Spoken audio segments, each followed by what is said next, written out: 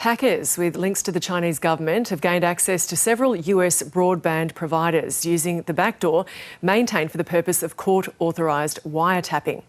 The breach lasted for months, compromising systems that support foreign intelligence surveillance. This story was an exclusive from the Wall Street Journal's Robert McMillan, who says the details are still emerging. Well, this is an investigation that is ongoing right now, and we're kind of in a situation where people are finding out day by day how bad this really is. But what we do know is that this was widespread.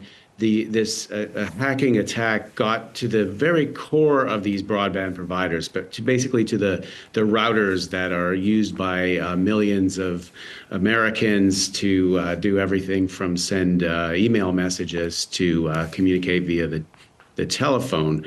And so these are very core to the operation of the internet in the United States, and they're also very connected to these surveillance systems.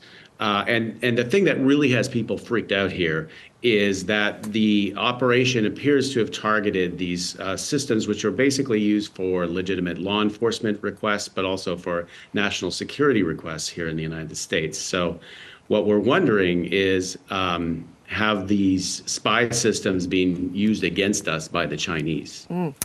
Yeah, so, I mean, what were they after and what have they potentially accessed here? Well, the group behind this is called Salt Typhoon, and they're actually somewhat known. They've been engaging in cyber campaigns for a couple of years now. And typically what they want to do is data collection, right? There are other campaigns that might be more focused on pre-positioning for a cyber attack or something like that. But this group wants to collect data. And so by being in the routers, they can get a lot of data.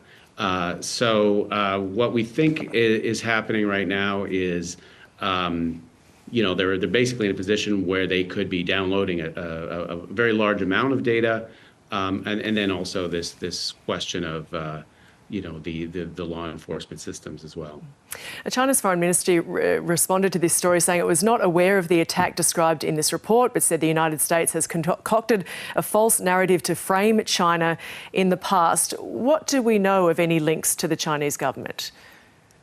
Well, as I said, this is something that's under investigation. So basically we have, we're not, as reporters, we're not seeing the actual evidence here. We're basically, we understand that there are firms that specialize in incident response. So this would be firms such as Microsoft, who are going into the telco providers, and they're picking up the digital breadcrumbs, right? And these firms have such a wide view of what's going on the internet that they actually have made a practice of identifying the infrastructure used by these cyber groups. So basically, we are hearing that there are a bunch of technical indicators that have been linked to this previously known Salt Typhoon group. So that's basically how they're connecting it to China. Now, I should note that China routinely denies involvement in these types of activities, and no one here in the United States seems to believe that.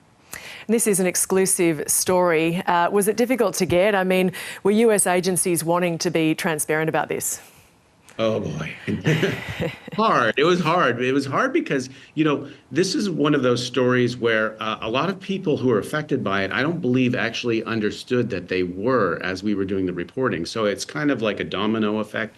You find one digital clue and it shows you that there's a problem on this network, and then another clue appears and it leads you to another network. And so as this is an investigation that's ongoing right now, we were very early in our reporting and finding this. And so I think there were some entities who maybe even now don't realize that they've been hit and are just discovering it now. It's sort of blowing up at the moment, and I think more and more people are kind of getting read into what's happening.